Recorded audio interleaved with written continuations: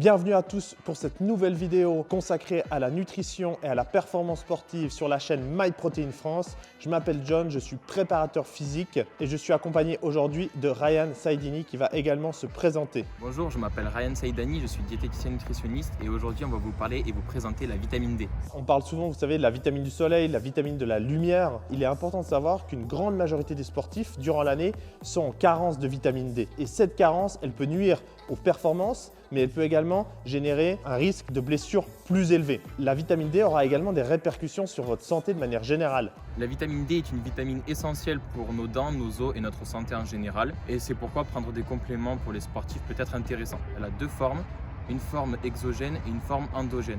Exogène puisqu'elle va être apportée par l'alimentation à hauteur de 20 à 30% et endogène grâce à notre peau qui la synthétise lors de notre exposition au rayonnement du soleil et notamment aux UVB. De fait, inutile de s'exposer durant des heures, 20 minutes suffisent pour synthétiser la vitamine D nécessaire à notre corps. Les personnes ayant la peau foncée ainsi que celles en surpoids doivent augmenter leur exposition au soleil car la synthèse de vitamine D s'en trouve ralentie. Au niveau de l'alimentation, l'huile de foie de morue était l'aliment phare il y a des dizaines d'années. Aujourd'hui encore, c'est la meilleure source. Cependant, vous pourrez vous orienter vers des aliments comme le poisson gras par exemple, qui sont plus enthousiasmants en termes de goût. Les produits laitiers et les œufs apportent également de la vitamine D en moindre quantité. En tant que préparateur physique, je recommande souvent à mes athlètes ou alors à mes sportifs de prendre régulièrement de la vitamine D, surtout en période hivernale. Dans le sport, la vitamine D, elle a une importance particulière pour lutter contre les lésions osseuses et musculaires. Une potentielle carence en vitamine D peut également altérer en fait la fonction neuromusculaire et la synthèse des protéines musculaires. Donc on voit qu'il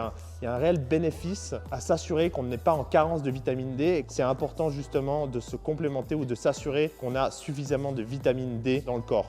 La principale fonction de la forme active de la vitamine D est de maintenir la santé musculo-squelettique, la minéralisation osseuse, la division cellulaire et aussi l'expression des gènes, le système immunitaire, la croissance et le développement du fœtus pour les femmes enceintes. Un bilan sanguin permettra de déterminer avec précision votre niveau de vitamine D. Néanmoins, pour savoir simplement et rapidement si vous avez des risques d'être en manque et en carence de vitamine D, on vous a proposé, donc vous allez voir à l'écran, un test qui comporte 7 questions. Donc essayez de le faire et comme ça vous aurez un petit bilan de si vous manquez de vitamine D ou non. Et il faut savoir que bien que les suppléments facilitent la consommation des grandes quantités de vitamine D, il faut avant tout tenir compte de votre alimentation actuelle, si vous êtes en prise de masse, en sèche et définition musculaire. Prenez simplement de quoi écrire, une petite feuille, un stylo.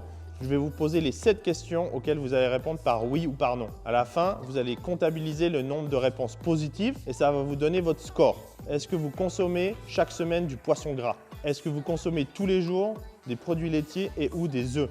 Est-ce que vous êtes plutôt sédentaire? Est-ce que vous êtes exposé toute l'année au soleil? Est-ce que votre environnement est plutôt du type pollué?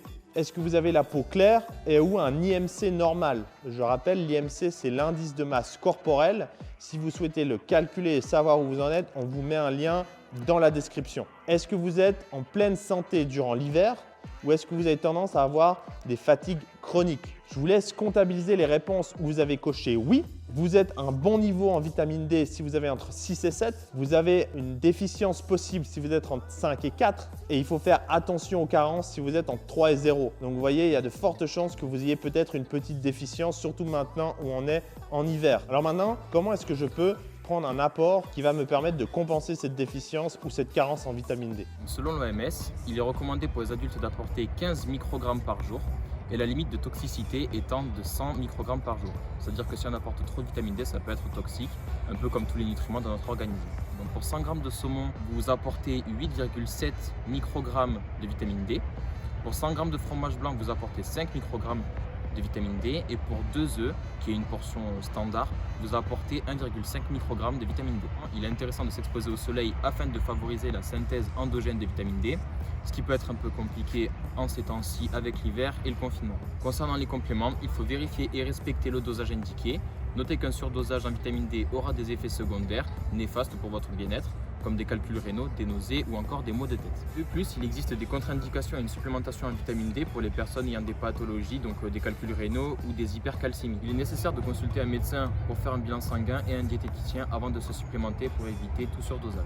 C'est parfait, je te remercie Ryan. Je pense qu'on a pu aborder les points importants autour de la vitamine D. Quels sont les bienfaits de la vitamine D? Est-ce qu'on a des carences en vitamine D? Comment savoir si on a des carences? Et comment est-ce qu'on peut avoir les apports nécessaires et quand avoir les apports nécessaires pour combler ces potentielles déficiences et carences. Au nom de MyProtein France et de Ryan, je vous remercie. Je vous invite à liker la vidéo et également suivre MyProtein France. En commentaire, n'hésitez pas à laisser un feedback. Je vous remercie. Prenez soin de vous. Profitez un petit peu de sortir malgré la période et on se retrouve bientôt pour une nouvelle vidéo. Ciao!